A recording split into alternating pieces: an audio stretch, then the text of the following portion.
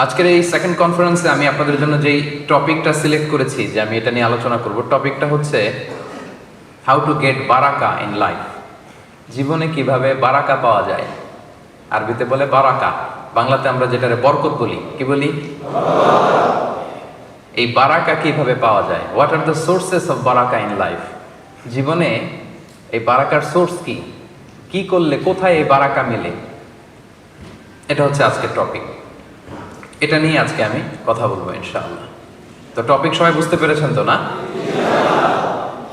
আচ্ছা, টপিক বোঝাটা জরুরি, এটা না বুঝলে সামনের আলোচনা বোঝা যাবে না। তাহলে হাউ টু গেট বারাকা in life, what are the sources of বারাকা ইন লাইফ, এটা হচ্ছে টপিক। তো শুরুতে একটু করে বলি যে বারাকা কি। আরবিতে বলা হয় সুবুতুল খাইরিল ইলাহি ফিশ শাই, অর্থাৎ attachment of divine goodness to a thing. যখন কোনো জিনিসে বা কোনো কাজে আল্লাহ তাআলার পক্ষ থেকে কল্যাণ যুক্ত হয় এবং সেটা আমাদের জন্য উপকারী বলে সাব্যস্ত হয়, তখন সেটাকে বারাকা বলা হয়। আই রিপিট, আমি আবারও বলছি, attachment of divine goodness to a thing. কোনো জিনিসে যখন আল্লাহ তাআলার পক্ষ থেকে এসে কল্যাণ যুক্ত হয়, এটা আমাদের জন্য কল্যাণকর হিসেবে বিবেচিত হয় বা উপকারী হিসেবে বিবেচিত হয়, তখন এটাকে বারাকা বলে।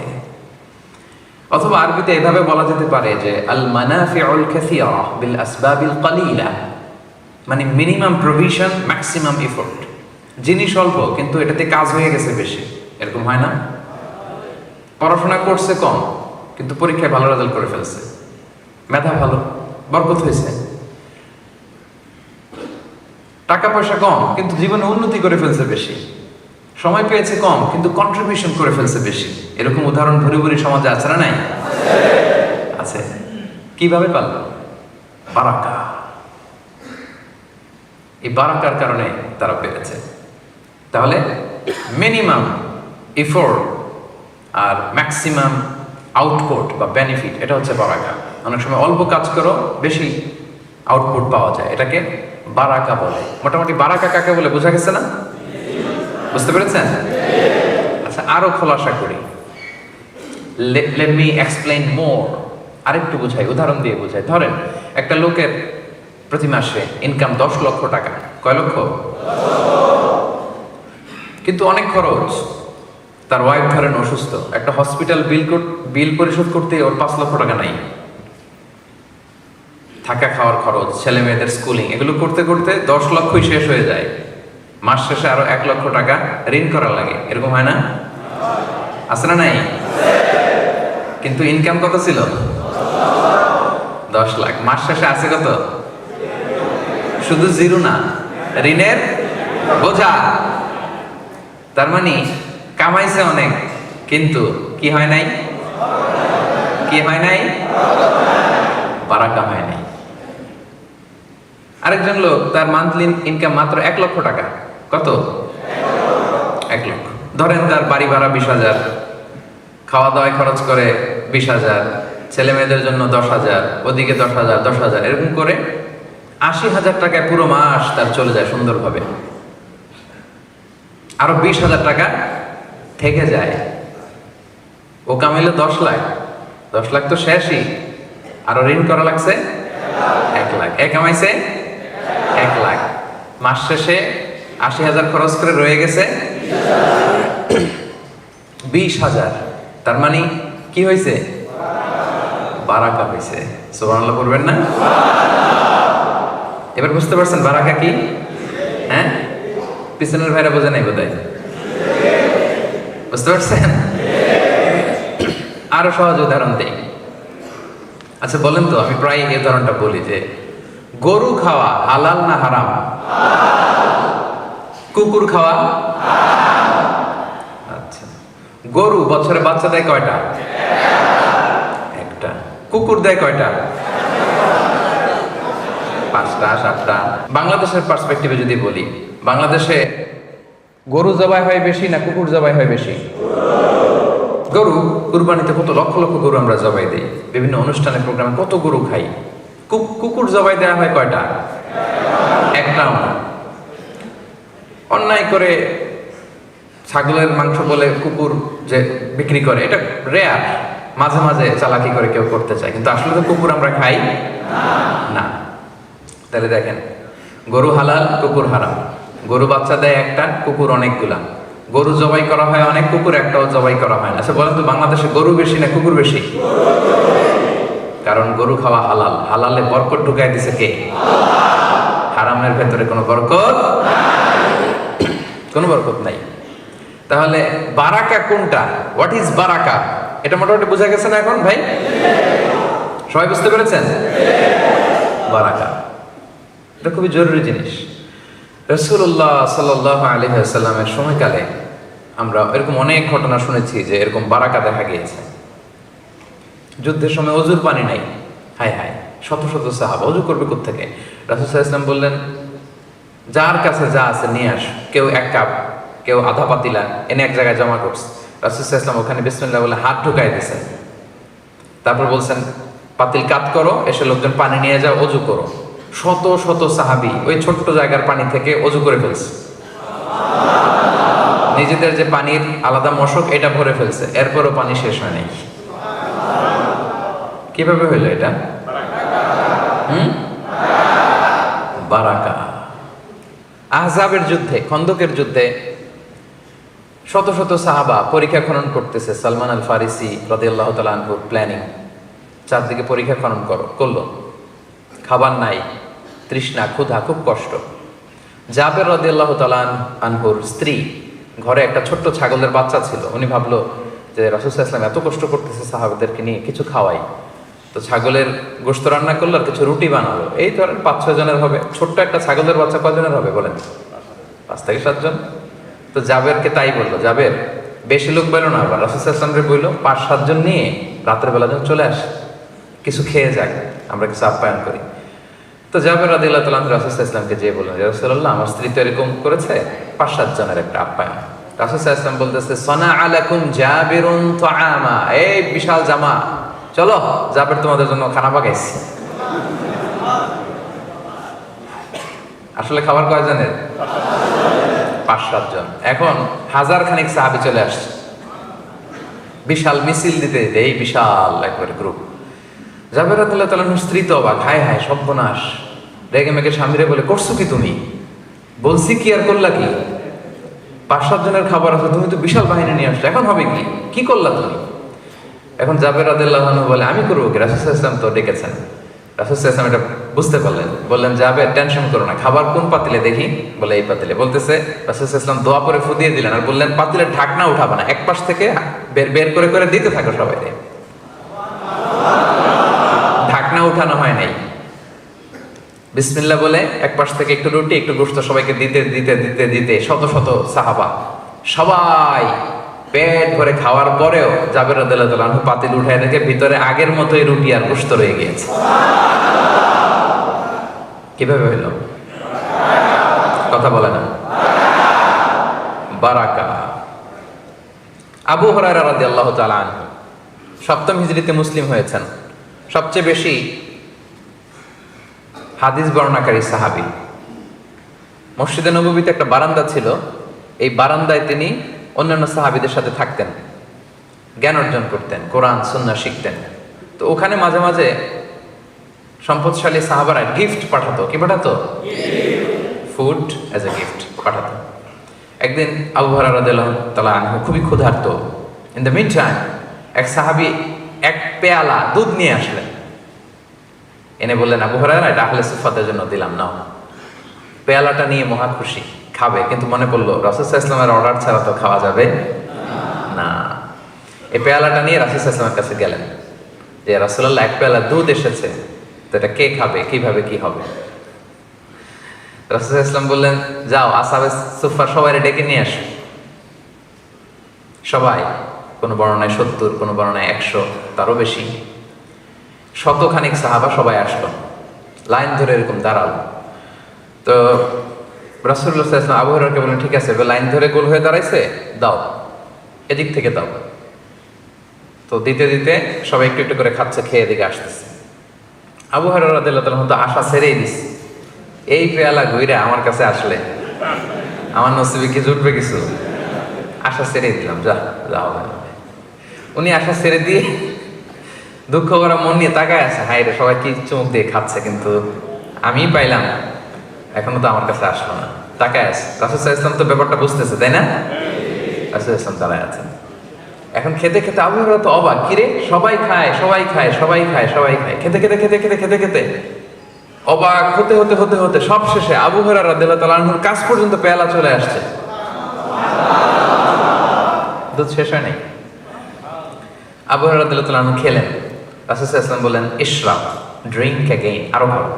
আবার খেলেন, আবার রাসূল সাল্লাল্লাহু আলাইহি ওয়াসাল্লাম বললেন ইয়া আবা হুরায়রা ইশরাব, আরো খাও। আবার খেলেন, খেতে খেতে সবশেষে আবু হুরায়রা বলে ইয়া রাসূলুল্লাহ ওয়াল্লাযী বা'আসাকা বিল হক, যে আল্লাহ আপনাকে সত্য সহকারে পাঠিয়েছেন তার শপথ করে বলছি, মা আজিদু লাহু মাসলাকান, আরেক ঢোক যে গিলবো ওই জায়গাটা আর নাই।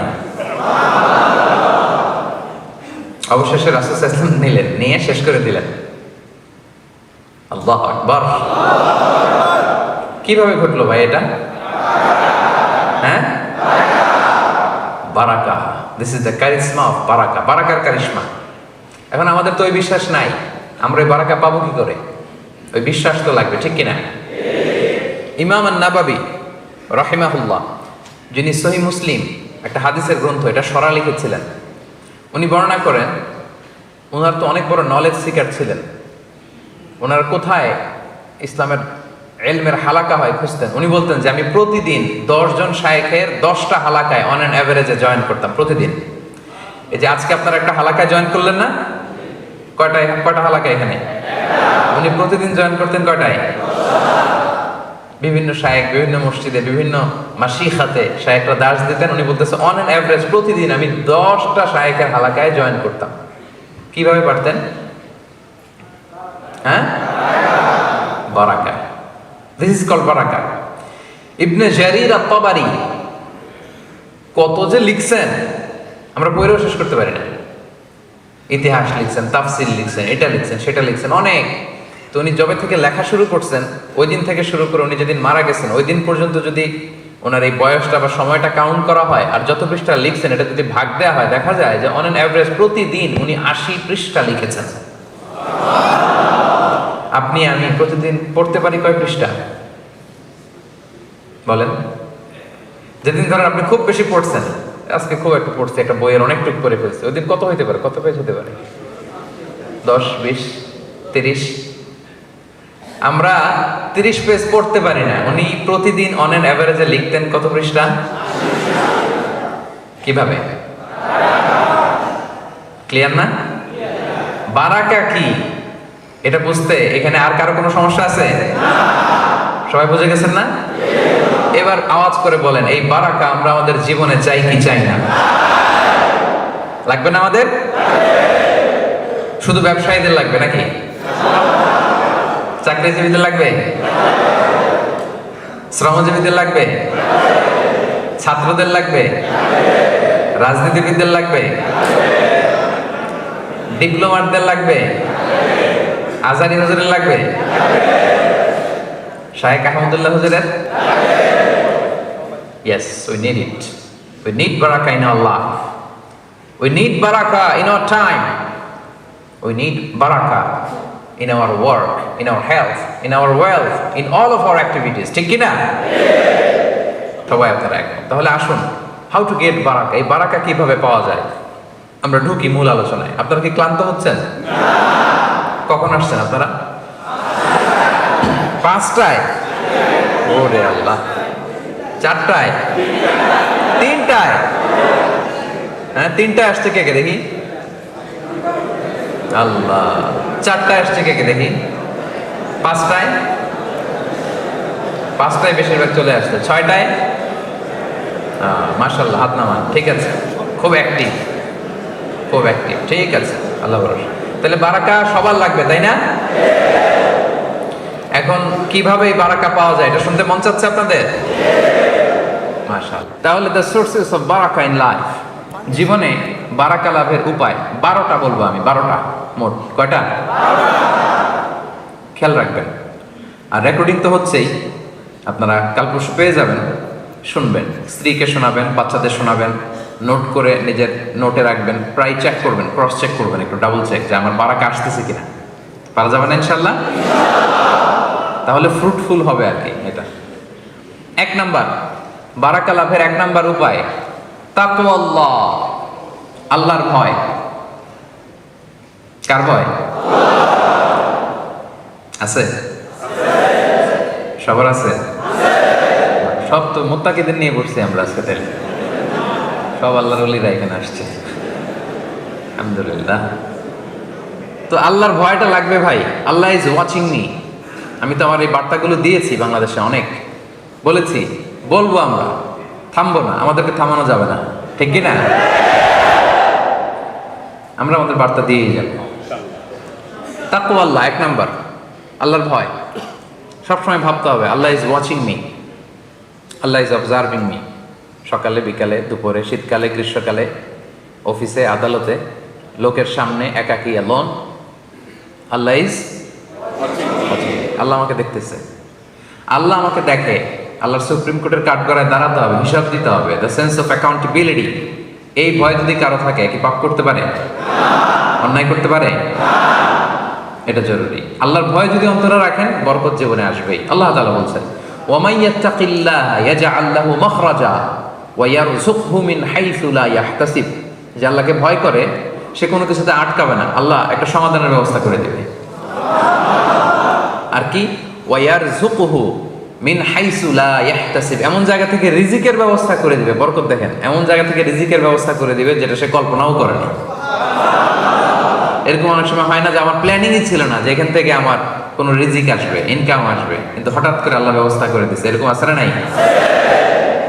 আল্লাহকে যত ভয় করবেন, তত আপনার জীবনে এই বারাকা নেমে আসবে।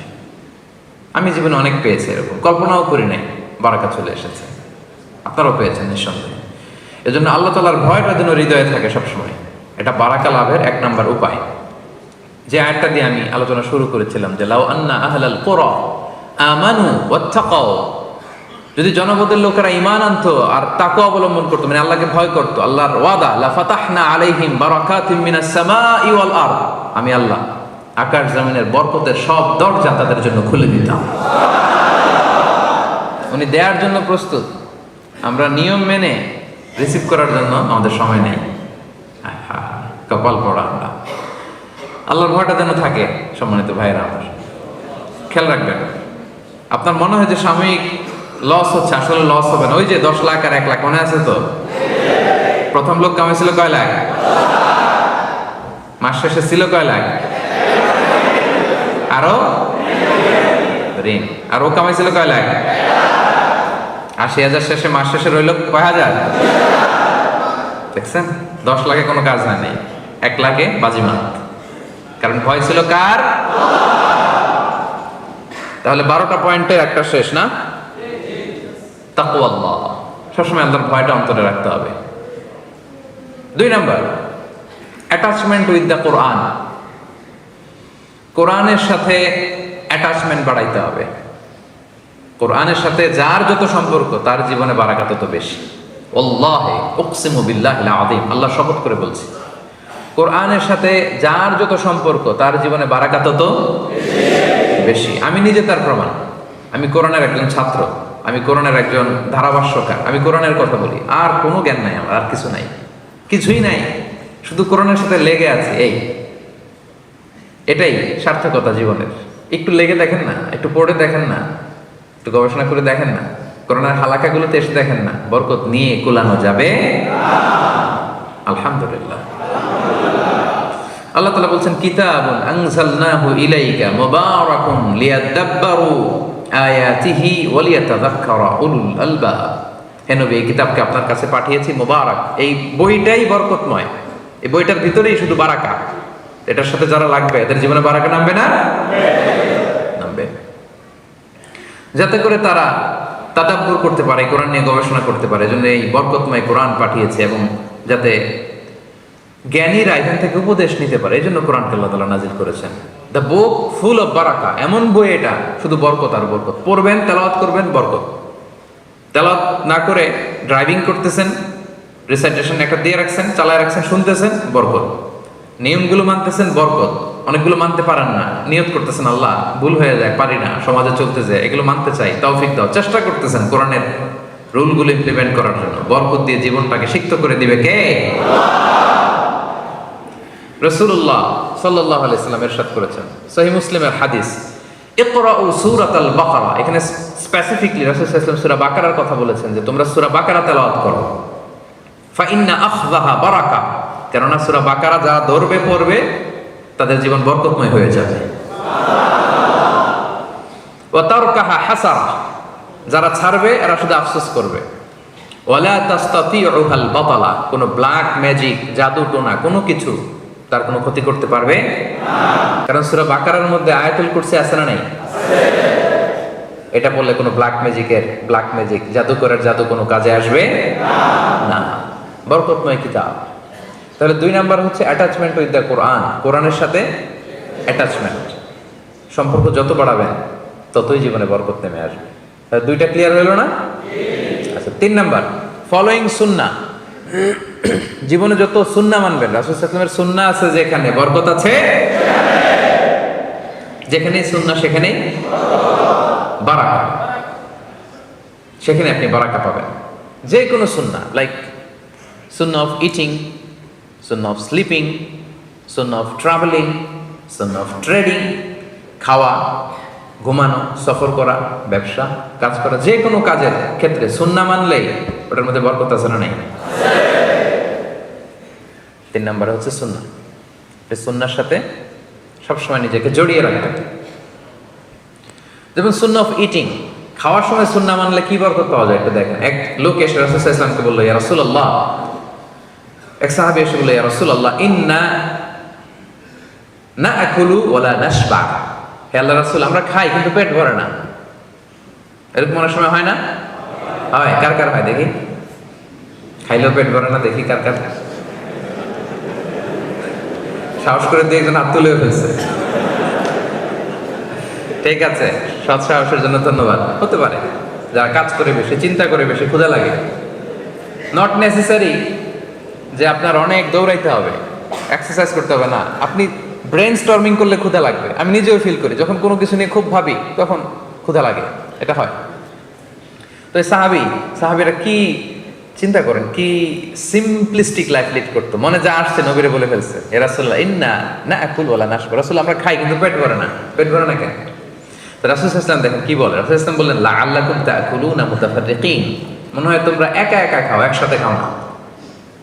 মনে হয় তুমি একা একা খাও, মেবি ইউ ইট অ্যালোন, একসাথে মনে হয় খাও না।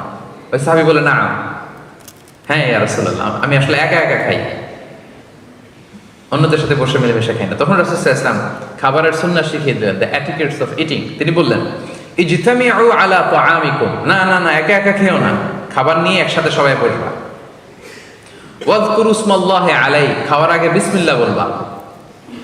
ফাইন্নাহু ইউবারাকু ফি, তাহলে তোমাদের খাবারে বরকত ঢুকায় দেওয়া হবে।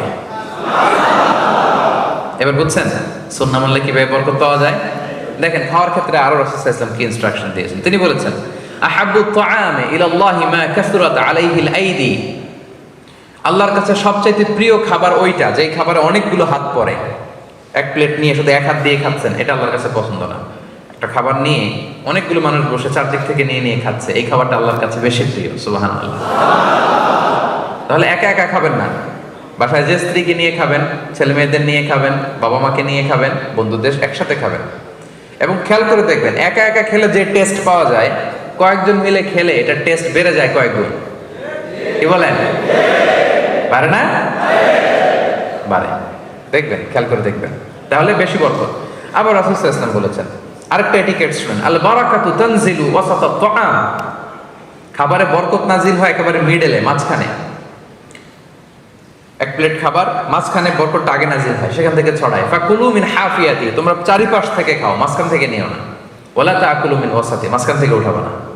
তাহলে লেটস সে বিরিয়ানি আনা হলো এক বোল, আপনি যখন ডিস্ট্রিবিউট করবেন বা খাবেন, আপনি এক পাশ থেকে শুরু করবেন, করতে করতে করতে করতে মাঝখানে যাবেন। অনেকে একবার মাঝখান থেকে দেয়া শুরু করে, না, বরকত নামে ওই জায়গায়, ওইটাই যদি একজনকে দিয়ে দেন তো বাকিরা বরকত পাওয়া লাগবে না? হ্যাঁ, তাহলে বুঝে শুনে না? আচ্ছা, মাশাআল্লাহ, তো বুঝতেছেন। আরো কি বলেছেন রাসূল সাল্লাল্লাহু আলাইহি ওয়াসাল্লাম, তুআমুল ওয়াহিদি ইয়াকফিল ইসনাইন। দেখেন আমাদের ইসলামিক ভ্রাতৃত্ববোধ কত সুন্দর। একজনের খাবার দুইজনের হয়ে যায়, রাসূল সাল্লাল্লাহু আলাইহি ওয়াসাল্লাম বলেছেন। তুআমুল ইসনাইনি ইয়াকফিল আরবাআ, দুজনের খাবার চারজনের হয়ে যায়। তো আমুল আরবা ইয়াকফিল আসামানিয়া, চারজনের খাবার আটজনের হয়ে যায়। এটা আমাদের ভ্রাতৃত্ববোধ। একটা বঙ্কুস চাইলে দুজনে খাওয়া যায় না? কথা কন না কেন? নাসি গোরেং আয়াম, মজা করে খাইয়াম। তো নাসি গোরেং আয়াম নিয়ে আসছেন আপনি এক বক্স, এটা দুজনে মিলে খাইলে হবে না? হবে না? এটাই শিখেছে ইসলাম আমাদের। আনলাম, তুমি একটু আমি একটু, ভাগ করে হয়ে গেছে খাবার।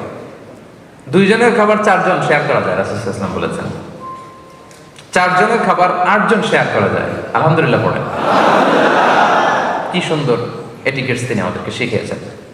তাহলে আমরা জানলাম, এটা তো শুধু খাওয়ার ক্ষেত্রে আমি বললাম, এরকম সব কিছুর ক্ষেত্রে রাসূল সাল্লাল্লাহু আলাইহি ওয়াসাল্লামের সুন্নাহ আছে না? ফলোইং সুন্নাহ, সুন্নাহ মানলেই বরকত নেমে আসবে। আচ্ছা, গেল কয়টা? গেল হ্যাঁ, মনে আছে? হঠাৎ মাঝখান দিয়ে জিজ্ঞেস করলে বলা যাবে? যাবে? আচ্ছা, ঠিক আছে। 4 নম্বর ইস্তেগফার, বেশি বেশি ইস্তেগফার করা। কি পড়া? পড়েন আস্তাগফিরুল্লাহ, পড়েন আস্তাগফিরুল্লাহ, আবারও পড়ুন আস্তাগফিরুল্লাহ। নামাজে সালাম ফেরানোর পর রাসূল সাল্লাল্লাহু আলাইহি ওয়াসাল্লাম 3 বার পড়তে নেবে। আপনারা পড়েন তো? পড়বেন। পড়লে জীবনে বারাকা নেমে আসবে। সূরা নূহে এসছে, নূহ আলাইহিস সালাম ওনার জাতিকে বলেছিলেন, ফাকুলতু আস্তাগফিরু রাব্বাকুম ইন্নাহু কানা গাফফারা। তিনি বলেছিলেন, হে আমার জাতি গোষ্ঠী, বেশি বেশি ইস্তেগফার করো, ক্ষমা চাও আল্লাহর কাছে, তিনি মেহেরবান। ইউরসিলিস সামাআ আলাইকুম মিদরারা, যদি ইস্তেগফার করো কি পাবা? আকাশ থেকে রহমতের বৃষ্টি নাজিল হবে। মরুভূমিতে বৃষ্টির চেয়ে দামি কিছু হয় না। এখানে তো আপনারা প্রতিদিন বৃষ্টি, এটা বুঝবেন না। সৌদিতে যাবেন, বাহরাইন যাবেন, দুবাই যাবেন, তখন দেখবেন হায় বৃষ্টির জন্য দুবাইতে একটা টেকনোলজি আনছে, জাস্ট অন টেস্ট। ওরা হেলিকপ্টারে এমন এক কেমিক্যাল নিয়ে উপরে উঠছে, মেঘের মধ্যে ছিটাই দিছে, তো একটু সামান্য বৃষ্টি পড়ছে। মানে কৃত্রিম উপায়ে একটু বৃষ্টির ব্যবস্থাপনা, সামান্য কিছু জায়গা ভিজেছে অল্প একটু। তো দেখেন কত বিপুল অর্থ ব্যয় সাপেক্ষে ওরা বৃষ্টির জন্য কি করে। মালয়েশিয়ায় বসে এই কথা বোঝা যাবে না। তো নূহ আলাইহিস সালাম বলতেছেন যে আকাশ থেকে রহমতের বৃষ্টি আসবে যদি বেশি বেশি ইস্তেগফার করো। ওয়া ইউমদিদুকুম বিআমওয়ালি ওয়া বানিন, আল্লাহ তোমাদের সম্পদে বরকত দিবে, সন্তানে বরকত দিবে। ওয়া ইয়াজআল লাকুম জান্নাতিন ওয়া ইয়াজআল লাকুম আনহারা, তোমাদের গাছ পালা, বন বাদার এগুলো ফুলে ফলে সজ্জিত হবে, ঝর্ণা প্রশোভন দিয়ে ভরে যাবে তোমাদের লোকালিটি। সুবহানাল্লাহ, এটা ইস্তেগফারের কারণে। তাহলে বেশি বেশি ইস্তেগফার করবেন প্রিয় ভাইরা, রাজি আছেন তো? ইস্তেগফার নিয়ে আমি অনেক আলোচনা করেছি, শুনেছেন না আপনারা?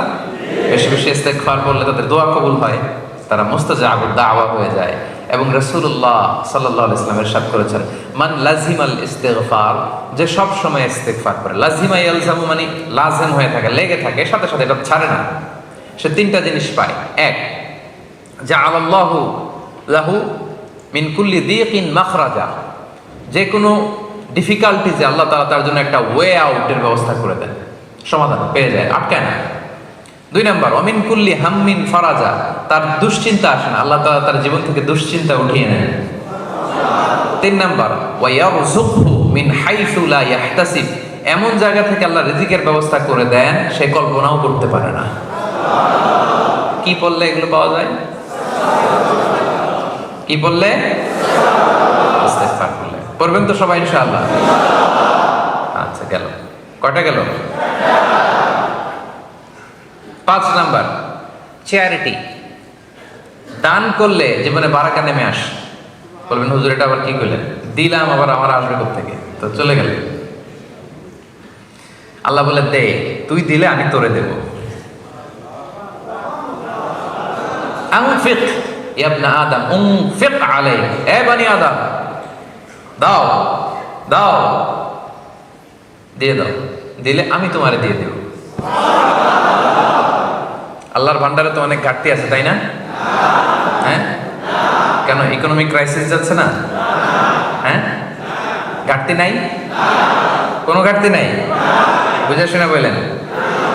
আল্লাহ কি বলে শোনেন, আল্লাহ বলে লাউ আন্না আউওয়ালাকুম ওয়া আখিরাকুম ওয়া ইনসাকুম ওয়া জিন্নাকুম কামু আলা সাঈদিন ওয়াহিদ, পৃথিবীর শুরু থেকে শেষ পর্যন্ত যত মানুষ, যত জিন, যত প্রাণী আছে সবাই যদি বিশাল মরুভূমির সামনে দাঁড়ায়, আদম আলাইহিস সালাম থেকে শুরু করে দাঁড়িয়ে আমরা সহ সবাই আল্লাহর কাছে আল্লাহ যদি বলে যা মনে চায় চাইতে থাকো, আল্লাহ এটা লাগবে, বাড়ি লাগবে, গাড়ি লাগবে, এটা লাগবে, ইচ্ছা মতো চাইলেন। আল্লাহ বলে সবার যা যা মনে চায় সবও যদি আমি দিয়ে দেই, আমার রাজত্বের ক্ষমতার 1 ইঞ্চিও কমবে না।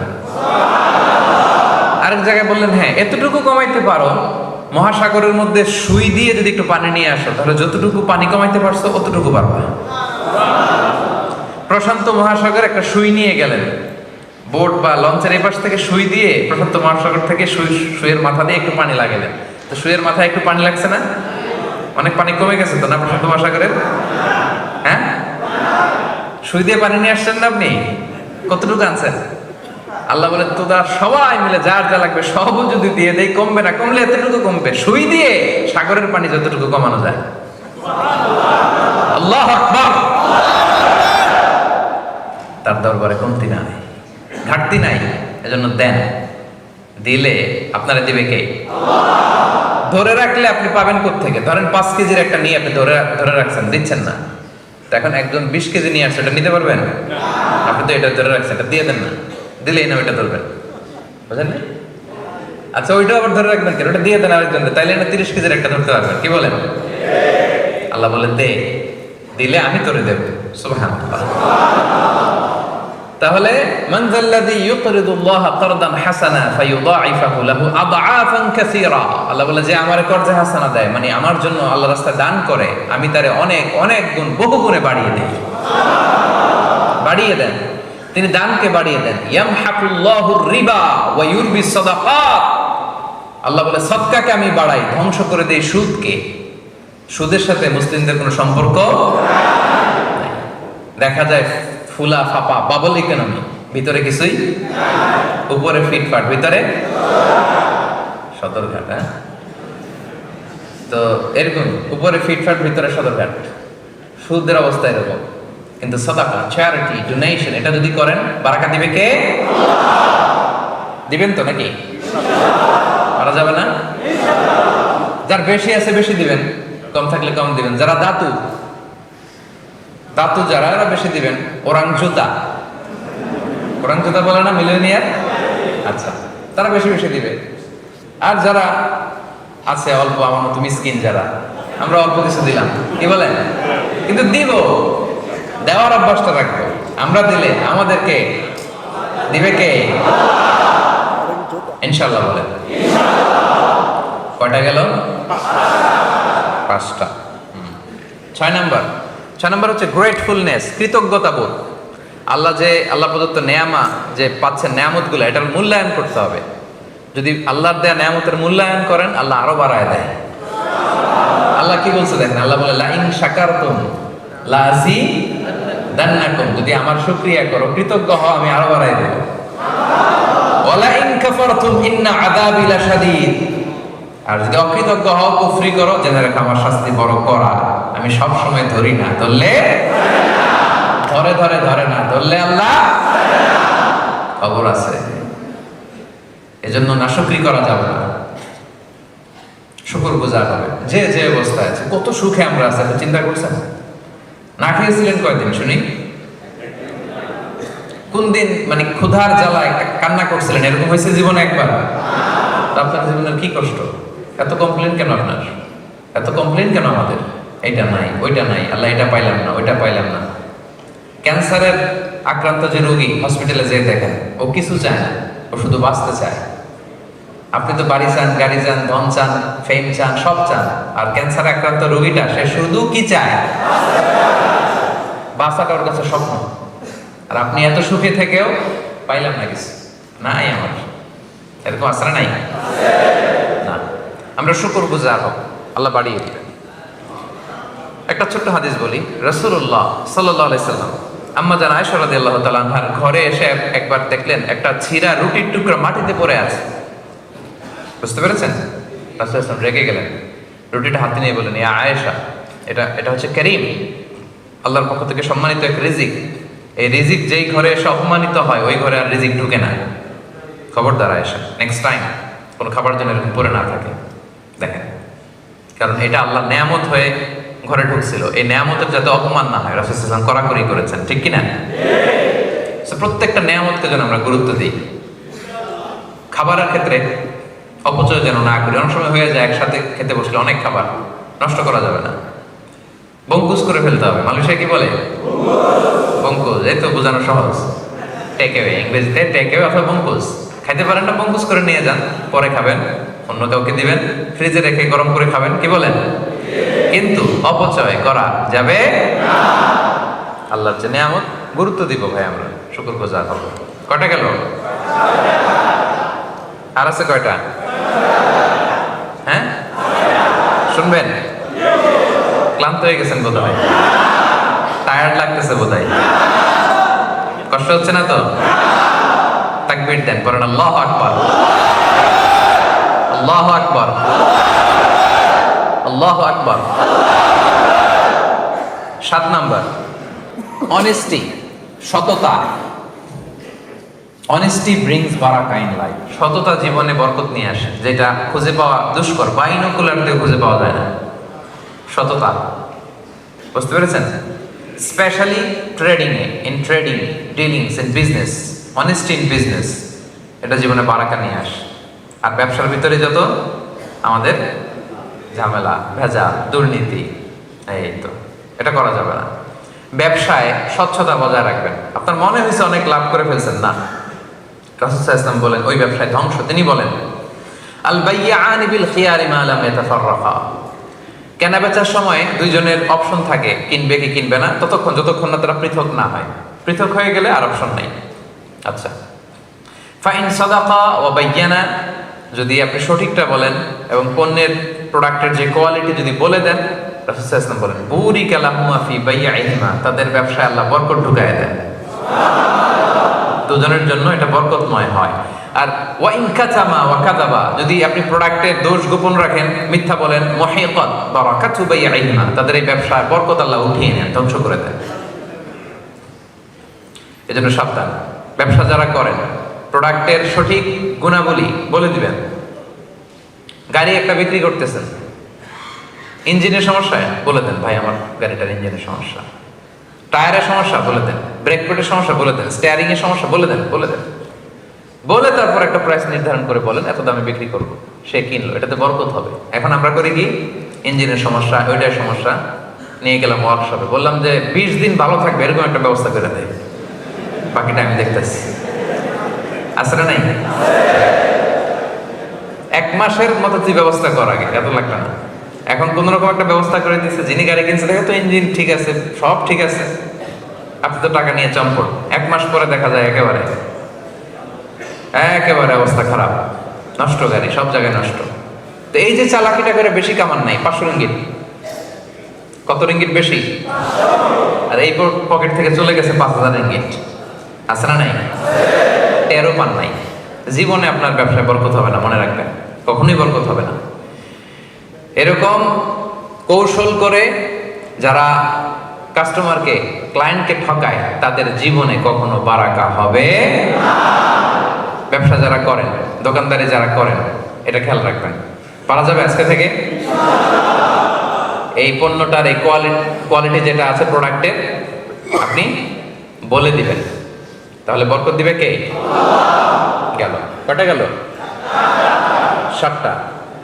8 নম্বরে, maintaining good relation with blood relatives, রক্তের আত্মীয়দের সাথে সুসম্পর্ক রাখা। রক্তের সম্পর্ক আমাদের কিন্তু এটাতে অনেকের গাফলতি আছে। রক্তের আত্মীয়, ভাইয়ের সাথে ভাই কথা বলে না, অনেক বছর হয়ে গেল। বাংলাদেশে তো এগুলো নাই, তাই না? হ্যাঁ, অনেক।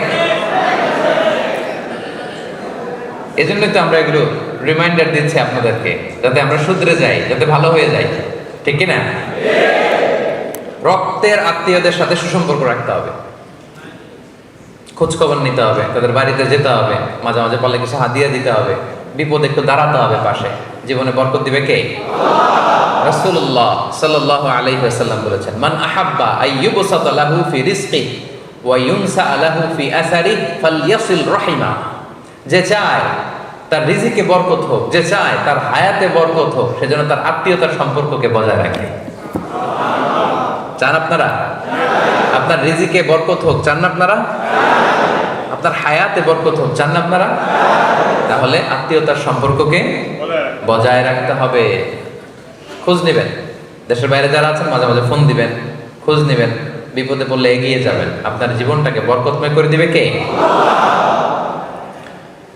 9 নম্বর, ওয়েক আপ আর্লি। সকাল সকাল ঘুম থেকে ওঠেন, সকাল সকাল কাজ শুরু করে দেন। সকাল সকাল ঘুম থেকে ওঠেন, সকাল সকাল। তো এটার জন্য তো রাতে দেরি করে ঘুমাইলে তো অনেক সুবিধা হবে, তাই না? রাতে কি করতে হবে? এখন এই মোবাইল আসার পরে ফেসবুক, ইউটিউব, ইনস্টাগ্রাম, টিকটক, ভালো কথা স্মরণ করছেন আপনি। টিকটক নিয়ে বয়ান দিয়েছিলাম তো একটা। টিকটক এর ব্যাপারে সোশ্যাল মিডিয়া হ্যান্ডেলস কিভাবে করতে হবে কিছু বার্তা দিয়েছিলাম। তো এগুলোর ব্যাপারে আমাদের সচেতন হইতে হবে। আমাদের রাতের আরামের ঘুমকে কেড়ে নিছে। আগে আমরা ছোটবেলা যখন আমি গ্রামে যেতাম, খেলাছে মানুষ কত আগে ঘুমাইতো? হ্যাঁ, কয়টায়? এশার নামাজ পড়া আমরা এখন যখন ঘুমাইতে যাই এদের অর্ধেক ঘুম শেষ তখন, ঠিক কি না? কি শান্তির ঘুম তারা দিত, কি সুস্থ তারা ছিল, কি হেলদি লাইফস্টাইল তারা, আমাদের দাদারা, আমাদের নানারা, আমাদের পূর্বপুরুষরা ওনারা করেছে। আর এই লাইটিং ফাইটিং, এই চকচকা ইন্টারনেট, ওয়াইফাই সব কিছু শেষ করে দিয়েছে আমাদের, ঠিক কি না? এই জন্য লাগাম ধরতে হবে, লাগাম। রাতে আগে ঘুমানোর চেষ্টা করতে হবে প্রিয় ভাইয়েরা, চেষ্টা করেন, হবে। তো আগে ঘুমাতে পারলেই আগে ওঠা যাবে। আমি হব সকালবেলা সবার আগে, কুসুম বাগে উঠবো আমি, পারা যাবে? সকাল সকাল ঘুম থেকে উঠে সকাল সকাল কাজ করা, এই কাজে বরকত বেশি। ব্যবসায়ী সকাল সকাল ব্যবসা প্রতিষ্ঠানে যান, স্টুডেন্ট সকাল সকাল পড়াশোনা রিভাইজ দেন, ব্রেনটা ফ্রেশ থাকে। সারা রাতের একটা সাউন্ড স্লিপের পরে পড়লেই মুখস্থ হয়ে যায়, ঠিক কি না? বারাকা। কারণ রাসূল সাল্লাল্লাহু আলাইহি ওয়াসাল্লাম এই সময়টার জন্য স্পেশালি দোয়া করেছেন। তিনি বলেছেন, আল্লাহুম্মা বারিক লি উম্মতি ফি বুকুরিহা, হে আল্লাহ আপনি আমার এই উম্মতের জন্য বুকুর মানে সকালবেলার সময়টাতে আপনি বরকতময় করে দেন। রাসূলের দোয়ার বরকতে। রাসূল সাল্লাল্লাহু আলাইহি ওয়াসাল্লাম নিজেও সকালবেলা কখনো ঘুমাতেন না। অনেকের অভ্যাস থাকতে পারে, আস্তে আস্তে আমরা চেঞ্জ করব, কি বলেন? আজকে একটা রিমাইন্ডার আপনাদেরকে দিলাম, ট্রাই করেন, একে অপরকে হেল্প করেন। আগে ঘুমানো, আগে ঘুম থেকে ওঠা। সকালে যারা ঘুমায় তাদের জীবনে বরকত কম, সকাল যারা কাজ করে এদের জীবনে বরকত বেশি। এটা পারা যাবে ইনশাআল্লাহ। 9 নম্বরে গেল, এবার 10 নম্বর। 10 নম্বর হচ্ছে, এবার আসছে আসল জিনিস, খুশি হয়ে যাবে সবাই, বিয়ে করা।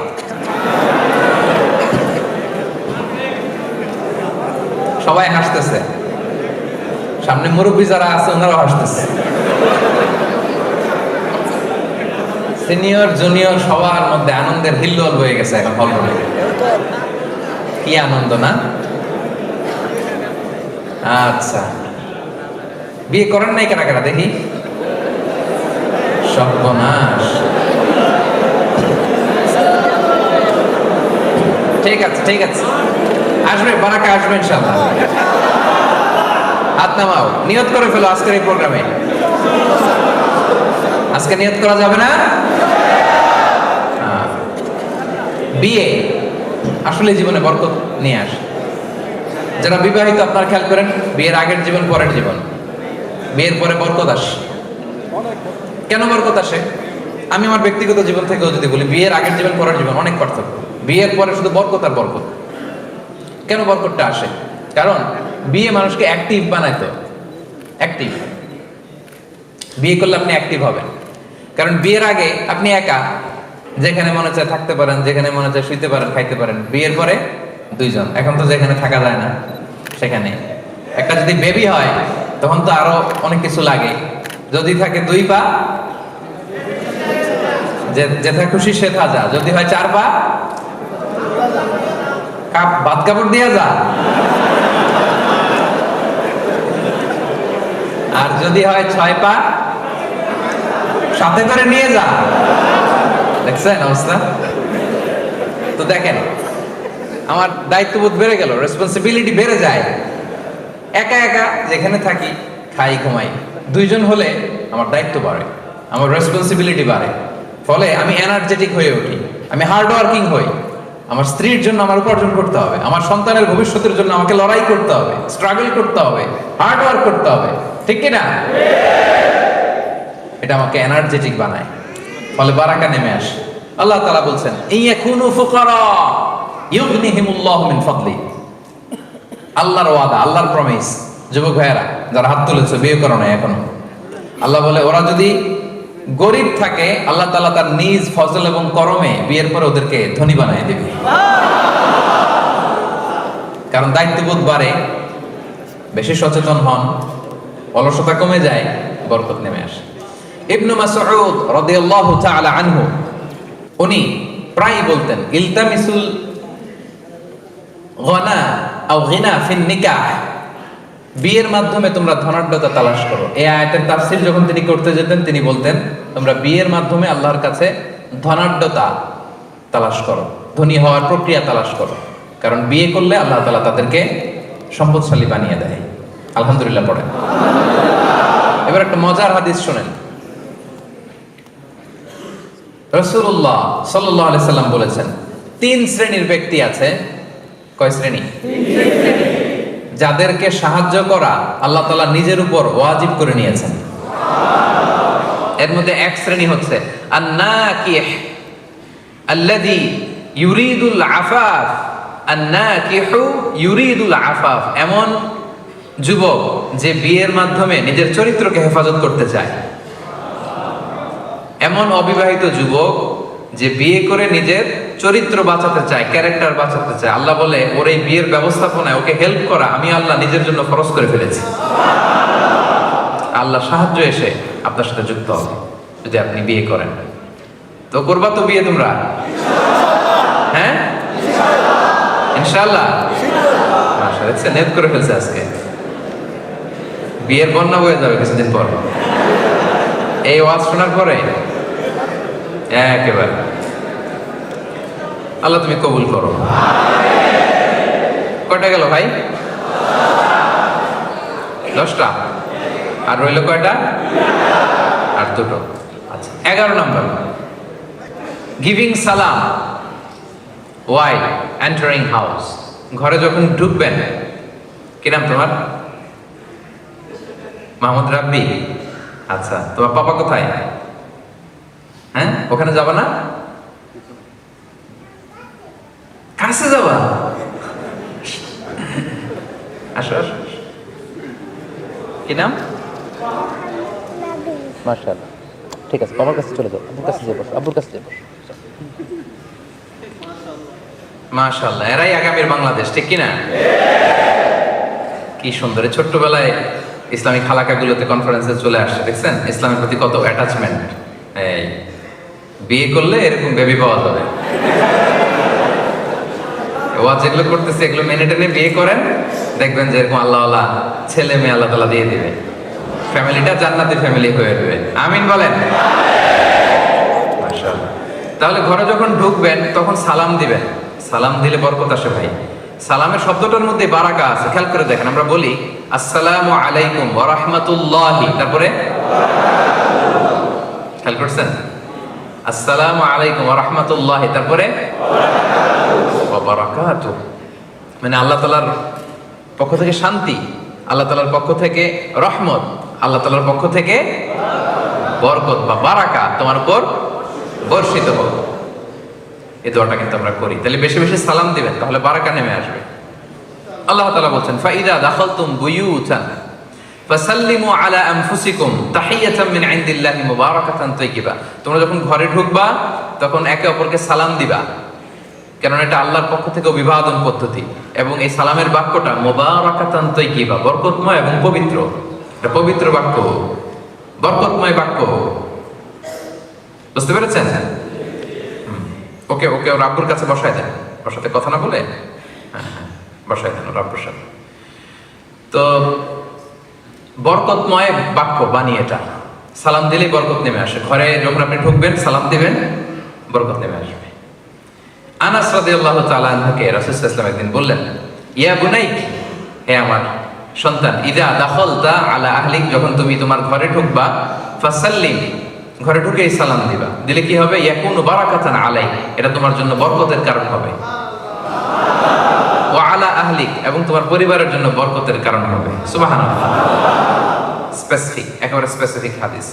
তাহলে আমরা সালাম দিব। স্বামী স্ত্রীকে দিবেন, স্ত্রী স্বামীকে দিবেন, বাবা মা সন্তানকে, সন্তান বাবা মাকে, বন্ধু বন্ধুকে, সবাই সবাইকে বেশি বেশি কি দিব? বারাকা নেমে আসবে। মনে থাকবে সবার? কয়টা গেল? The last one, right? আচ্ছা, সর্বশেষ হচ্ছে দোয়া ফর বারাকা, বরকতের জন্য দোয়া করা।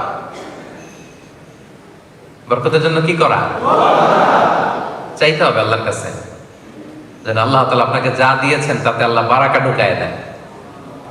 রাসূল সাল্লাল্লাহু আলাইহি ওয়াসাল্লাম চাইতেন, আমাদের তো চাওয়া লাগবে না? লাগবে?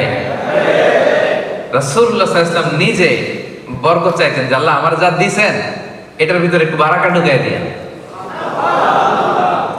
মালয়েশিয়াতে আপনারা যারা তারাবি পড়েছেন, এখানে ভিতরের সালাতে যে দোয়ায় কুনুত পড়ে হাত তুলে একটা দোয়া পড়ে, এটা অনেকের মুখস্থ। দোয়াটা হচ্ছে এরকম, আল্লাহুম্মা হদিনি ফিমান হাদাইত, মাহদিনি অথবা মাহদিনা, আমাকে অথবা আমাদেরকে। মালয়েশিয়াতে না দিয়ে বেশি পড়ে আল্লাহুম্মা হদিনা ফিমান হাদাইত ওয়া তাওয়াল্লানা ফিমান তাওয়াল্লাইত। তারপরে কি পড়ে? ওয়া বারিক লানা ফিমা আ'তাইত। আল্লাহুম্মা হদিনা ফিমান হাদাইত, আল্লাহ যাদেরকে হেদায়েত দিয়েছেন তাদের সাথে আমাকেও রাখেন, আমাকেও হেদায়েত দিন। ওয়া আফিনা ফিমান আফাইত, যাদেরকে আপনি ভালো রেখেছেন, সুস্থ রেখেছেন, তাদের সাথে আমাকেও সুস্থ রাখেন। ওয়া তাওয়াল্লানি ফিমান তাওয়াল্লাইত, আল্লাহ আপনি যাদের অভিভাবক হয়েছেন আমাকেও তাদের সাথে আপনার অভিভাবক, আপনি আমার অভিভাবক হয়ে যায়েন। এরপরে রাসূল সাল্লাল্লাহু আলাইহি ওয়াসাল্লাম বলতেন, ওয়া বারিক লানা ফিমা আ'তাইত, আল্লাহ আপনি আমার যা দিয়েছেন এর ভিতরে একটু বরকত ঢুকাইয়া দিন। দোয়াটা কে করতেন? কে করতেন? স্বয়ং রাসূলুল্লাহ সাল্লাল্লাহু আলাইহি ওয়াসাল্লাম বরকতের দোয়া করতেন। তাহলে ওয়া বারিক লানা ফিমা আ'তাইত, হে আল্লাহ, whatever you blessed me with, give বারাকা ইন ইট, আল্লাহ আপনি যা দিয়েছেন এতে আপনি বরকত দিয়ে দিন। রাসূল সাল্লাল্লাহু আলাইহি ওয়াসাল্লাম নিজেই দোয়াটা করতেন। তাহলে সর্বশেষ যে পয়েন্টটা আমরা জানলাম, আল্লাহ যেন আমার জীবনে বরকত ঢেলে দেয়, আমি যেন আমার সব কাজে বরকত পাই, এটার জন্য আল্লাহর কাছে চাইতে হবে, দোয়া করতে হবে। পারা যাবে তো ইনশাআল্লাহ? আচ্ছা, এবার একটা মজার হাদিস শোনাই। আনাস রাদিয়াল্লাহু তাআলা আনহু, রাসূল সাল্লাল্লাহু আলাইহি ওয়াসাল্লামের খাদিম, তাই না? ওনার মা উম্মে সুলাইম, রাসূল সাল্লাল্লাহু আলাইহি ওয়াসাল্লামের ঘটনা হয়তো অনেকে জানেন। মদিনায় যখন আসছে তখন সবাই রাসূল সাল্লাল্লাহু আলাইহি ওয়াসাল্লামকে অনেক হাদিয়া দিচ্ছে, কেউ এটা দেয়, কেউ জামা দেয়, কেউ অর্থকড়ি দেয়, কেউ খেজুর দেয়, এক একজন এক একটা দিচ্ছে। তো উম্মে সুলাইম খুব গরিব ছিলেন, দেওয়ার মতো কিছু নাই, কিন্তু মক্কা থেকে মদিনায় নবী আসছে, কি দিবে? মনটা তো ফেটে যায়, দিতে মনে চায়। গেলেন, ছোট্ট আনাসকে হাতে নিয়ে গেলেন, যে বলেন ইয়া রাসূলুল্লাহ, সবাই আপনারা হাদিয়া দেয়, আমি হাদিয়া দেওয়ার মতো এমন কিছুই আমার নাই, আমার একটা ছোট্ট ছেলে আছে আনাস, এই আনাস রে আমি আপনারা হাদিয়া দিয়ে দিলাম। খোয়াই দিমুকা আনাস, ওরে খাদেম হিসেবে রাখলেন। বেশি কিছু করতে পারবো না, আপনার ওযুর পানিটা এনে দিবে, আপনার জামাটা রেখে আসবে, মেসওয়াকটা নিয়ে পিছনে পিছনে ঘুরবে। আল্লাহু আকবার! কি ব্লেসড সাহাবী ছিলেন, রাসূল সাল্লাল্লাহু আলাইহি ওয়াসাল্লামের খাদেম হতে পেরেছেন। এবার শুনুন ওনার জীবনে কি বরকত নেমে আসছে। তো ওই সুযোগে মা একটু রাসূল সাল্লাল্লাহু আলাইহি ওয়াসাল্লামের কাছে দোয়াও চেয়ে নিয়েছে, যে বলতেছে রাসূলুল্লাহ, খাদিমুকা আনাস উদউল্লাহ লাহু, তার তো খাদেম সে দিয়ে দিলাম, তার জন্য আপনি একটু দোয়া করে দিন। রাসূল সাল্লাল্লাহু আলাইহি ওয়াসাল্লাম দোয়া করলেন। এক নাম্বার বলেন, আল্লাহুম্মা আকসির মালাহু ওয়া ওয়ালাদাহু, হে আল্লাহ আপনি আনাসের সম্পদেও বরকত দিন, সন্তানেও বরকত দিন। ওয়া বারিক লাহু ফিমা আ'তাইতাহু, আর আপনি যা দিবেন আল্লাহ এটাতে একটু বরকত দিয়ে দিন। রাসূলুল্লাহ সাল্লাল্লাহু আলাইহি ওয়াসাল্লাম স্বয়ং দোয়া করেছেন, আল্লাহ যা দিয়েছেন বা দিবেন বরকত দিয়ে দিন। কি বরকত হয়েছে শুনেন। আনাস রাদিয়াল্লাহু তাআলা আনহু বলেন, ওনার জীবনে এই বরকতের কারণে ওনার সব মিলে সন্তান হয়েছে 82 জন। ওই যে রাসূল সাল্লাল্লাহু আলাইহি ওয়াসাল্লাম মুখ দিয়ে বের হয়ে গেছে, আল্লাহ সন্তানে বরকত দিয়ে দিন। ছেলে মেয়ে কজন হয়েছে? 82। আপনার কয়জন? হ্যাঁ, আমাদের কয়জন বর্তমান সময়ে? আল্লাহু আকবার, 2 জন 4 জন, এই তো আমাদের ফ্যামিলি, তাই না? 82 জন। 80 জন ছেলে 2 জন মেয়ে। বারাকা, বরকতের কি পাওয়ার দেখেন। এরপর আনাস রাদিয়াল্লাহু তাআলা বলতেন রাসূলুল্লাহ সাল্লাল্লাহু আলাইহি ওয়াসাল্লামের দোয়ার বরকতে মদিনাতে অন্যদের মতো আমারও খেজুর বাগান ছিল। সবার খেজুর বাগানে বছরে খেজুর হতো একবার, আমার খেজুর বাগানে বছরে খেজুর হতো 2 বার। রাসূলুল্লাহ সাল্লাল্লাহু আলাইহি ওয়াসাল্লামের বরকতের দোয়া। এজন্য বরকতের জন্য দোয়া চাইতে হয়। আল্লাহ আমাদের জীবনে আপনি যা দিয়েছেন তাতে আপনি বরকত ঢেলে দিয়ে। সবাই আওয়াজ করে পড়েন আমিন। বিশেষ করে কোন নিউ কাপল বিয়ে করে রাসূলুল্লাহ সাল্লাল্লাহু আলাইহি ওয়াসাল্লামের কাছে আসলে রাসূলুল্লাহ সাল্লাল্লাহু আলাইহি ওয়াসাল্লাম বরকতের দোয়া করতেন। নতুন কেউ আসলে রাসূলুল্লাহ সাল্লাল্লাহু আলাইহি ওয়াসাল্লাম দোয়া করতেন, বারাকাল্লাহু লাকুমা ওয়া বারাকা আলাইকুমা ওয়া জামাআ বাইনাকুমা ফি খাইর। আল্লাহ তোমাদের দুজনের মধ্যে বরকত দেয়, বরকতের উপর তোমাদেরকে একত্রিত রাখুক। নতুন স্বামী স্ত্রী আসলেই তাদের জীবনে যেন এই দাম্পত্য জীবন যেন বরকতময় হয়, রাসূলুল্লাহ সাল্লাল্লাহু আলাইহি ওয়াসাল্লাম এই দোয়াটা করে দিতেন। পারবেন না এই দোয়াটা করতে? সুন্নাহর সাথে থাকি আমরা, সুন্নাহর সাথে থাকলে বরকত পাবো। এই দোয়াটা মুখস্থ করে নেবেন, বারাকাল্লাহু লাকুমা ওয়া বারাকা আলাইকুমা ওয়া জামাআ বাইনাকুমা ফি খাইর। এই দোয়াটা করবেন। এবং মদিনাতে যখন সিজনের প্রথম খেজুরটা আসতো, প্রথম ফলটা আসতো, আনসারী সাহাবারা এই খেজুরের থোকা নিয়ে রাসূল সাল্লাল্লাহু আলাইহি ওয়াসাল্লামের কাছে আসতেন, যাতে রাসূল সাল্লাল্লাহু আলাইহি ওয়াসাল্লাম দোয়া করে দেয়। রাসূল সাল্লাল্লাহু আলাইহি ওয়াসাল্লাম দোয়া করতেন, আল্লাহুম্মা বারিক লানা ফি সামারিনা। আল্লাহ আমাদের মদিনার ফলে বরকত দিয়েন, মদিনার ফল ফসলে বরকত দিয়েন। ওয়া বারিক লানা ফি মাদিনাতিনা। আল্লাহ আমার এই মদিনা শহরে বরকত দিয়েন। সুবহানাল্লাহ। এই বরকতের প্রভাব কি মদিনায় গেলে বুঝবেন। মদিনার মাটিতে বরকত, মদিনার বালুতে বরকত, মদিনার বাতাসে বরকত। কারণ এই বাতাসে মিশে আছে বিশ্বনবীর ঘ্রাণ। সুবহানাল্লাহ বলেন। কি যে বরকত! মদিনায় গেলে আত্মাটা প্রশান্ত হয়ে যায়। ওই যে রাসূল সাল্লাল্লাহু আলাইহি ওয়াসাল্লাম দোয়া করেছেন, আল্লাহ মদিনার ফলে বরকত দেন, মদিনার বাটখারায় বরকত দেন, মদিনার সবকিছুতে, ওজনে বরকত দেন, ফল ফসলে বরকত দেন, এই শহরে বরকত দেন। রাসূলুল্লাহ সাল্লাল্লাহু আলাইহি ওয়াসাল্লামের বরকত, বরকতের দোয়া। এবং রাসূলুল্লাহ সাল্লাল্লাহু আলাইহি ওয়াসাল্লাম তিনি রজব মাস যখন আসতো, রজব মাস, তখন থেকেই দোয়া করতেন, আল্লাহ আপনি রমাদানে পৌঁছে যান আমাদেরকে। তিনি একটা দোয়া করতেন, রজব মাসে আসলে তিনি বলতেন, আল্লাহুম্মা বারিক লানা ফি রজব ওয়া শাবান ওয়া বাল্লিগনা রমাদান। আল্লাহুম্মা বারিক লানা ফি রজব ওয়া শাবান ওয়া বাল্লিগনা রমাদান। অর্থাৎ হে আল্লাহ, রজব এবং শাবান মাসে আপনি বরকত দেন, আর রমাদান পর্যন্ত আপনি আমাদেরকে পৌঁছে দেন। তাহলে সবশেষে আমরা জানলাম যে বরকতের জন্য দোয়া করতে হবে আল্লাহর কাছে। পারা যাবে? বেশি বেশি আল্লাহ তাআলার কাছে চাইতে হবে, দোয়া করতে হবে, তাহলে আল্লাহ তাআলা বারাকা দিবেন।